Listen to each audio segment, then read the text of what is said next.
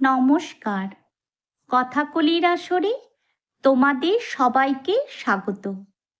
আজ আমি তোমাদের সুদেব মুখোপাধ্যায় সম্পাদিত ৫ রসিকের গল্প সমগ্র থেকে বীরবলের গল্প পাঠ করে শোনাব।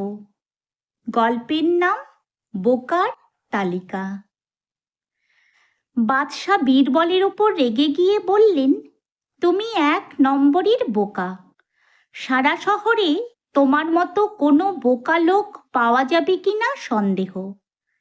বীরবল বললেন, না জাহাপনা, আমার যে বোকা লোক পৃথিবীতে আছে, এমনকি আমাদের শহরেই আছে। আকবর বললেন, তাকে ধরে আনতে পারো? বীরবল বললেন, অবশ্যই পারি। তর্ক শেষ পর্যন্ত এসে দাঁড়ালো, তামাম হিন্দুস্থানে কত বোকা আছে। বীরবল বললেন, তার একটা তালিকা তিনি তৈরি করে দিতে পারেন। আকবর জানতে চাইলেন, সেই তালিকা তৈরি করতে কত দিন লাগবে।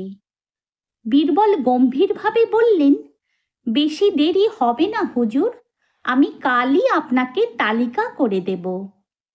পরের দিন দরবার বসেছে, কিন্তু বীরবলের কোনো পাত্তাই নেই।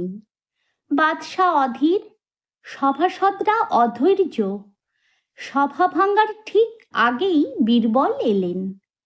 বাদশাহ একটু রেগেমেগেই বললেন, তোমার এত দেরি হলো যে? বীরবল মাথা চুলকে বললেন, জাহাপনা, তালিকা আমার তৈরি হয়ে গিয়েছিল, কেবল এই প্রথম স্থানটা কাকে দেব সেটাই চিন্তা করতে দেরি হয়ে গেল। এই দেখুন, তৈরি হয়ে গেছে। আকবর তালিকাটা দেখেই চমকে উঠলেন। বললেন, এ কি, তুমি আমাকে হিন্দুস্থানের সেরা বোকা ঠাউরালে? কেন, আমি কি বোকামি করলাম বলো কি?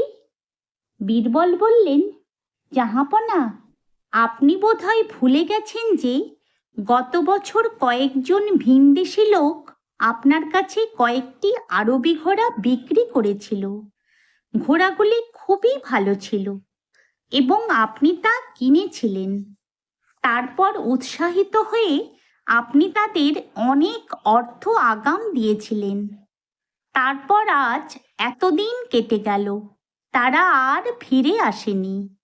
যে লোক অচেনা বিদেশি লোককে না জেনে শুনে না বুঝে এত অর্থ দিয়ে দিতে পারে, তাকে আমি সেরা বোকা মনে করেছি। এতে ভুল কি আছে? আকবর বললেন, তোমার কি ধারণা যে আমার ওই টাকা মার গেছে? বীরবল বললেন, অবশ্যই মার গেছে, অর্থাৎ আপনি ঠকেছেন। আকবর বললেন, কিন্তু তারা যদি ফিরে আসে, তখনও কি আমি সেরা বোকাই থাকব? বীরবল গম্ভীর গলায় বললেন, না, তখন আমি আপনার নাম কেটে তার জায়গায় তাদের সর্দারের নাম লিখে দেব। তাদের সর্দার হবে বোকাদের সর্দার। বাদশাহ একেবারে চুপ করে গেলেন।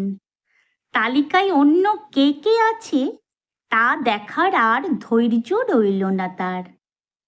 যদি তোমাদের এই গল্পটি ভালো লেগে থাকে, তাহলে একটা লাইক ও আমার এই চ্যানেলটিকে সাবস্ক্রাইব করে দিও, যাতে তোমাদের জন্য আরও অনেক নতুন নতুন গল্প নিয়ে আসতে পারি। ধন্যবাদ।